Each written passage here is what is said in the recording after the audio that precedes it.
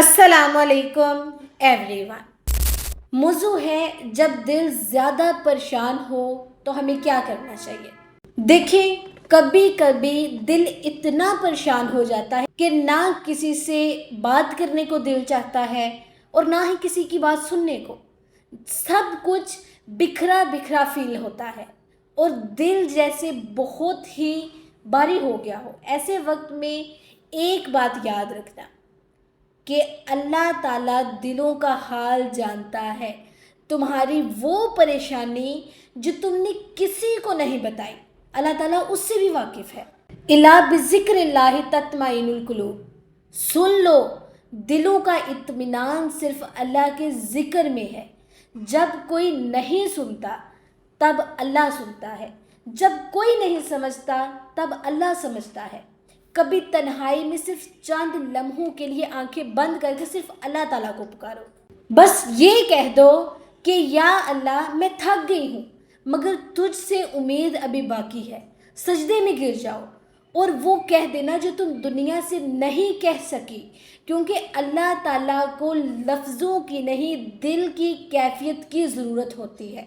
اور یاد رکھیں، ہر پریشانی کے بعد آسانی ہے، ہر آنسو کے بعد مسکراہٹ ہے اور ہر سجدے کے بعد سکون ہے۔ تو جب بھی دل پریشان ہو جائے تو اللہ تعالیٰ کے قریب ہو جاؤ۔ وہی ایک ذات ہے جو تمہیں کبھی تنہا نہیں چھوڑے گی۔ اسی طرح تنہائی میں اللہ تعالیٰ سے دل کی بات کہو، جیسے ایک دوست سے بات کرتے ہو۔ کچھ الفاظ اگر نہیں آتے کوئی بات نہیں ہے، تو بس دل سے یہ بولو کہ اے اللہ، میں کمزور ہوں، مجھے طاقت دے۔ جانتے ہیں جب نبی کریم صلی اللہ علیہ وسلم کا دل بوجھل ہوا کرتا تھا تو وہ کیا دعا کرتے تھے؟ وہ کہتے تھے کہ اے اللہ، میں تیری رحمت کا طلبگار ہوں، مجھے ایک لمحہ بھی میرے نفس کے حوالے نہ کرنا۔ یہ دعا غم میں، بے بسی میں اور دل کی پریشانی میں بہت طاقتور ہے۔ اور یاد رکھیں، خود کو زبردستی مصروف نہ کریں، رک جائیں، سجدہ کریں۔ کبھی کبھار زیادہ پریشانی میں انسان صرف ایک چیز سے سکون پاتا ہے اور وہ ہے سجدہ۔ اللہ تعالیٰ کہتے ہیں سجدہ کرو اور قریب ہو جاؤ۔ اللہ تعالیٰ کہتے ہیں کہ اگر میرا قرب چاہتے ہو تو سجدے میں آؤ۔ تو اللہ تعالیٰ کے ساتھ اپنا کنیکشن سٹرانگ کریں، اللہ تعالیٰ کے ساتھ باتیں شیئر کریں، سجدہ کریں، اللہ تعالیٰ کا قرب حاصل کریں، اللہ تعالیٰ کو اپنا دوست بنائیں اور یاد رکھیں، صبر کریں۔ یہ جو وقت آتا ہے، یہ آزمائش آتی ہے، یہ گزر جائے گی۔ فَإِنَّ مَعَ الْعُسْرِ يُسْرًا إِنَّ مَعَ الْعُسْرِ يُسْرًا۔ بے شک ہر تنگی کے ساتھ آسانی ہے۔ ہاں، ہر تنگی کے ساتھ آسانی ہے۔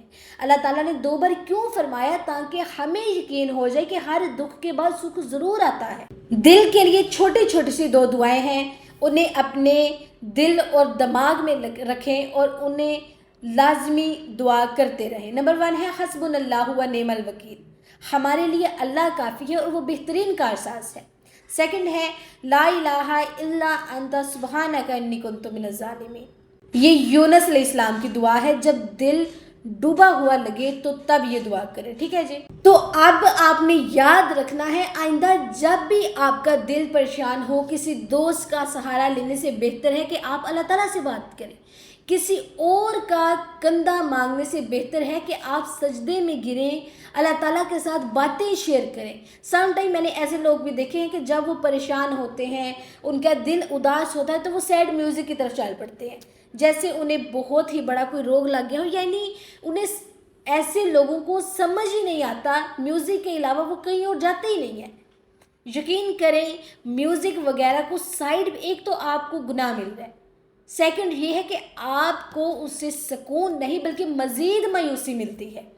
تو اسے سائڈ پہ رکھیں، اللہ تعالیٰ سے بات کریں، اپنا مسئلہ شیئر کریں اور دعا کریں۔ بے شک اللہ تعالیٰ ہی ہماری دعائیں قبول کرتے ہیں، اور جب تک اللہ تعالیٰ نہ چاہے ہماری پریشانی، ہماری تکلیف ہم سے دور نہیں ہو سکتی۔